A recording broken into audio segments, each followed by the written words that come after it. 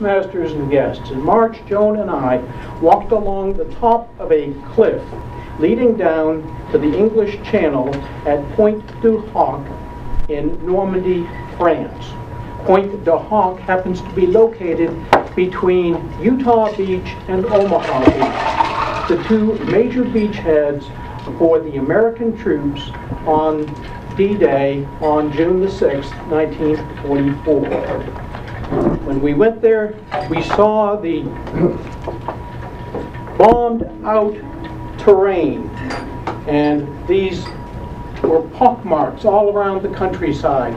They went as deep as 10 to 15 feet deep, all over that particular area. We also had an opportunity to see the point itself, and we saw the rugged cliff, which is right here. This is Pointe du Hoc. Finally, we saw and looked down from the top of the cliff down to the bottom where the ocean comes to the coast. Along here is rolled up barbed wire. The cliff over the edge is 110 feet tall down to the water. It was incredible. And the thought we had about any possibility of individuals coming ashore, scaling the cliff and attacking the German outposts was beyond belief. It was suicidal. It was impossible. In fact, General Omar Bradley later said, "No soldier has been wished a more difficult task than those Rangers at Pointe du Hoc."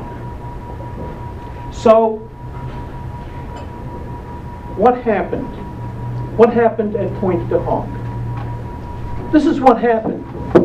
At 4 o'clock in the morning, 225 Rangers loaded onto landing craft headed for Pointe du Hoc. At 7:08 a.m., they reached the shore underneath the point. They got there 40 minutes late. And what that meant was that the second wave of Rangers, the reinforcements, had by design been diverted to Omaha Beach. There would be no reinforcements for the Rangers at Pointe du Hoc that day.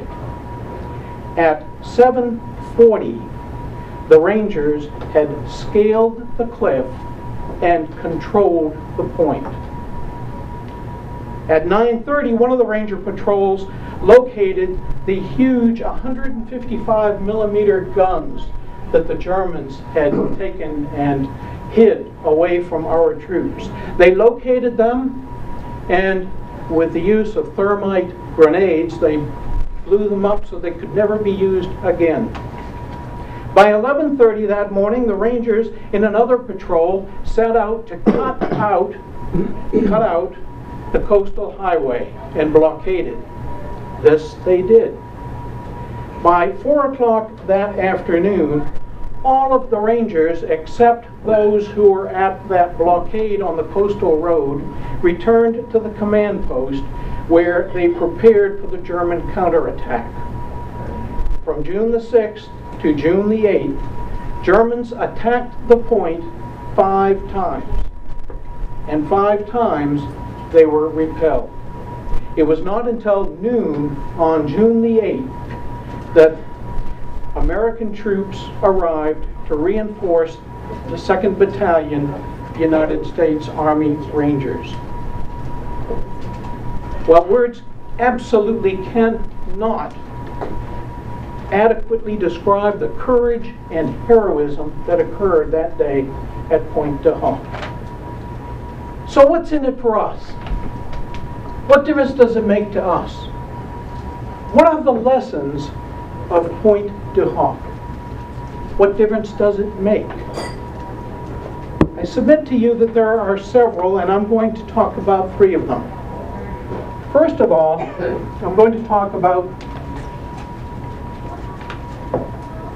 the power of preparation. Prepare, prepare, prepare.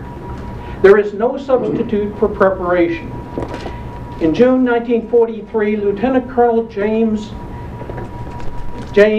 Redder was selected to be the commanding officer of this operation. He recruited the Rangers. 2,000 applied to become Army Rangers. 500 were accepted. They were accepted on the basis of their athleticism and their intelligence. What he was looking for was people who could think for themselves, people who could use initiative, people who could do the job without being told what to do. From there they went to training in Fort Forest in Tennessee.